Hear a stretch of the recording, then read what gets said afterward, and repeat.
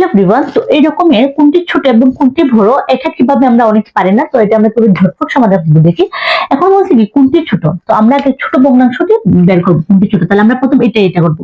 তাহলে আমরা দেখি আমরা প্রথমে কি করবো, এটার সাথে এটাকে গুণ করবো। আচ্ছা, আমরা এটার সাথে এটাকে গুণ করে বসাবো এবং এটার সাথে এটাকে গুণ করে বসাবো। তো এটার সাথে এটাকে গুণ করলে কত হবে, 5 কত, তো 75। 5 কত, 75। ওকে, তো এখন আমরা যদি 6 12 72, তাহলে এখানে হচ্ছে কোনটা ছোট, এটা। তাহলে আবার এটা নিব। তো এটা হচ্ছে কি 12/15, সাথে এখন আমরা এটা গুণ করব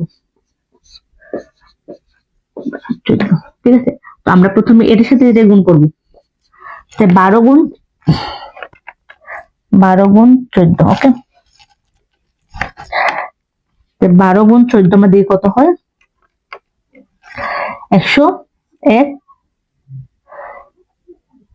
কি 168, এবং কি 11 সাথে আমরা 15 গুণ করব 165।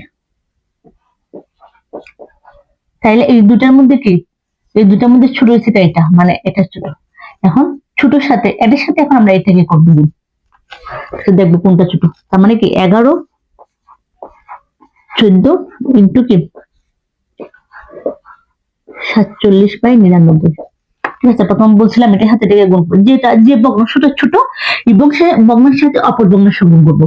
অপর ভগ্নাংশ যদি ছোট থাকে এবং সাথে অন্য ভগ্নাংশ গুণ করবো। ঠিক আছে, এখন যদি আমরা 11 গুণ 99 দিই কত হবে, 1089, এবং 47 আমরা যদি গুণ করি 14 দ্বারা, তাহলে কি 1218। তাহলে এটা ছোট, মানে সবচেয়ে ছোট ঠিক আছে নাম্বারটা 11/14, সবচেয়ে ছোট। অথবা তোমরা কি করতে পারো, এটার মান বের করতে পারো। হ্যাঁ, এটা যদি এটা দ্বারা ভাগ করে প্রত্যেকটা যদি দশমিকের মান যেটা দেখবা ছোট সবচেয়ে, এই মানটা হবে ক্ষুদ্রতম।